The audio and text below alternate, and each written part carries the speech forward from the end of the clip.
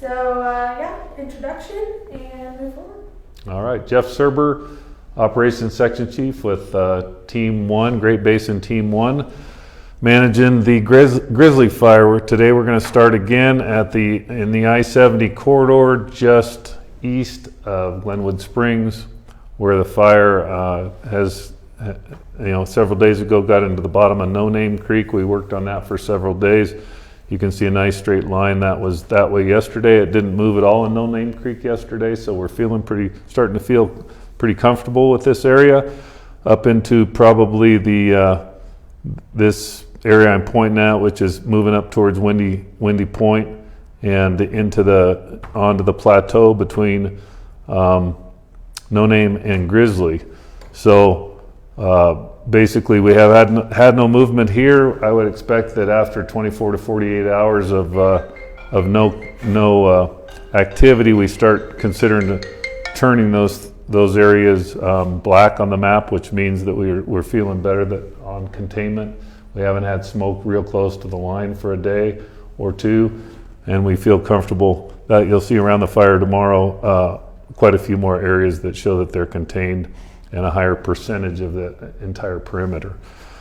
Moving up from No Name into the Grizzly Creek drainage, this area in here, we have some values at risk up here on top of the plateau that we're taking action on as far as some retardant around some buildings and out there, and we're feeling comfortable. The fire has gotten to one of them and pretty close so far, but we're feeling pretty comfortable that we'll be able to hopefully deal with that. Moving up out of the Grizzly Creek drainage, we have fire all the way pretty much from Coffee Pot to Grizzly that has run up those drainages. It continues to run up. You'll see the columns a little bit during the day when it takes out the last of the fuel that's in those drainages. That's got enough slope and enough burnable fuel to take that out. I'd expect to see this area in here fill in a little bit more. That's mostly aspen, but these two spots right in here might throw up some smoke today, and this line will slowly square up. We have a dozer line started in here to prevent forward spread of the fire, but things are going well all the way really from Grizzly all the way back over to I-70. We have crews all through this area all the way back. The piece from I-70 over to Coffee Pot Spring is starting to look real good, and I expect to increase containment on that by end of shift today. There is a small area that's shown contained right here that the supervisors out there felt comfortable enough to turn into a black line today because of the risk of fire escaping there is getting smaller all the time. Moving down into our Division X-ray, that's in the Ike and Spruce Creek drainages. Here's Spruce Ridge here. You can see that we have a line built down Spruce Ridge. Last night, we had a couple of 911 calls from up here in Eagle. Folks were seeing some flames out, and they thought it was a new fire, so we spent some time out there last night around midnight, 11 o'clock, and made sure that there was no new start, that they were actually, what they were seeing was this burnout operation that we had to try to tie in this corner right here. We burn a lot at night because the winds are generally calmer. The fire doesn't spread as rapidly, and we can get a better controlled rate of spread on our burnouts to lock this corner in and come on down and try to hold this fire on the east side. So basically, you could see some flames from Eagle here, which is, I don't think people have seen. They were seeing glow before at night, but they could see some flames. So we got a couple calls and determined that it was what the edge of our fire where we were actually burning to try to contain that. Moving over into Zulu, our Division Zulu up here on top, Green Lake, Dock Flats area. That's all looking real good. We got dozer line in there. Fire didn't really reach the dozer line in a lot of cases. We're mopping up. I'd expect to start seeing some containment up in that portion of the fire too by tomorrow's morning's map. By end of shift today, we'll show some.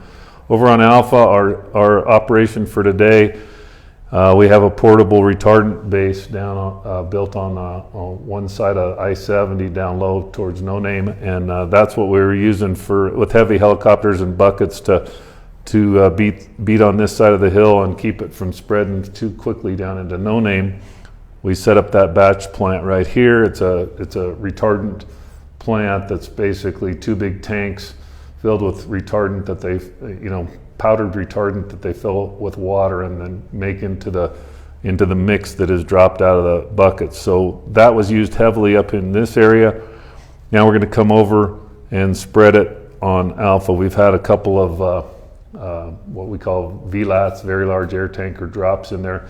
Those jets can't get down near as low, and so sometimes the retardant isn't as effective in penetrating the leaves on the oak brush and that kind of thing, and so it doesn't get down on the ground and really suppress it suppresses the fire well when it's flaming in the vegetation, but it doesn't always suppress all of it down on the ground level because it gets dispersed into a finer mist before it actually lays down on the ground. So what we're going to do is take that retardant out of the bins in buckets on helicopters and bring it up, and that way they can more surgically kind of lay that retardant in right along the edge in a heavier dose along that edge and knock the smoldering and that kind of thing out so that people feel comfortable walking down into some of that country. They may feel more comfortable, and firefighter safety is always number one. The reason we haven't built a line in this area yet with hand crews or dozers or whatever is because we don't typically do downhill line construction because of problems. You never want to have to run uphill away from a fire, and you don't want to walk into something downhill that you can't observe personally a lot of the time as you're going. So what we're doing in there is just really pounding on that thing with retardant and knocking it down to the level where we're still going to assess whether we actually want to send people in there or whether we'll observe it and continue to hold it with aircraft for a while till we determine exactly the best course of action. But there's probably a mile or so of perimeter there that we'll be working heavily on. So if you see helicopters in the air from the Glenwood area, that's kind of what they're working on. You might even see them with that webcam that's over on the gondola that a lot of folks watch from Glenwood Springs. That'll be kind of the area they're working in. We also have that structure group still down, or structure branch down on the highway corridor for the most part, available to respond to initial attack. We have a large zone outside this fire that we respond to initial attacks in. So today's weather calls for possibility of some lightning this afternoon, heavy outflow winds. Anything can happen. We've had 3 or 4, whatever it has been now, 3 days of pretty calm, nice weather to deal with the fire, and that's a large part of our success. Even though this probably would have done the same thing even with a little wind on it, the lack of wind has really helped us for the last 3 days. Today that sounds like it might change. There's 20%, I think it is. Don't quote me, but as far as the percentage of chance of thunderstorms, we're always, eyes in the sky looking for lightning. Being out there on the ground isn't always, you're looking for spots that aren't lightning prone. So firefighter safety again is our big concern. Got to keep those people ready to respond and working, but doing so safely. So today, if we have a downpour somewhere on this fire, we've had fires before where we were fighting fire and 3 hours later we were trying to rescue people from floods kind of thing. So we have to pay a lot of attention to that because of the inability of the soil to hold or to take that water in as it comes down. A fine mist is great, a downpour is not. And this time of the year with thunderstorm, we get a lot of downpours rather than fine mist rain. So we'll be keeping an eye on that today for additional new starts or problems with flooding if that kind of heavy downpour were to occur. And the last thing, just a little bit of an update, the power company has come back in. They have a couple helicopters working in tandem with, or basically in contact with all of our helicopters. They're down in the bottom of Glenwood Canyon with their workers replacing poles that burned and trying to get that infrastructure back in place, because I know it's important to Glenwood.